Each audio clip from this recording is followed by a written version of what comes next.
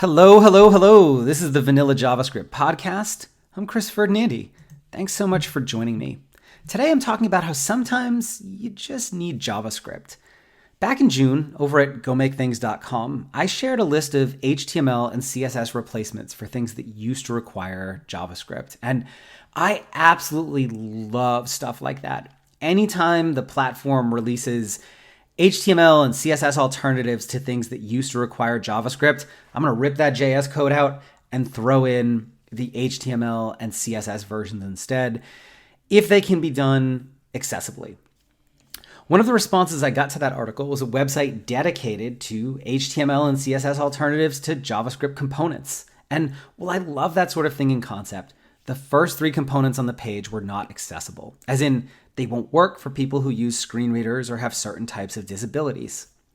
The site included a note that, quote, some of these demos may not be accessible and work on all browsers, but it put the onus on developers to test and evaluate that. And I'm sorry, but the typical developer looking for copy-paste tools does not have the ability to do that. We are not there as an industry yet.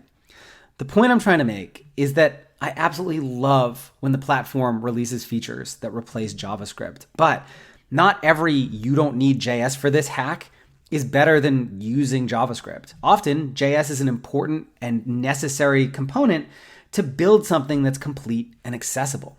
For example, I often see image sliders or carousels built without JavaScript using CSS animations. Some questions.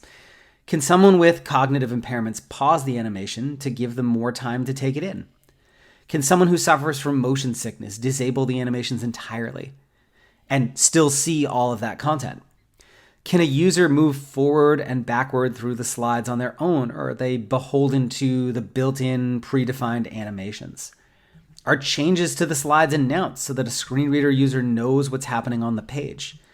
There are a ton of CSS-only hacks that are bare minimum functional and really, really impressive what people have been able to do, but provide a worse and less accessible experience than adding a little bit of JavaScript. JS isn't bad. Using it poorly is. Also bad is not using it all when it would actually be the proper choice. So that's it for today. If you want to finally master JavaScript, head over to vanillajsguides.com and check out my pocket guides and video courses. As a listener of the show, you can take 30% off with the code podcast at checkout. See you next time. Cheers.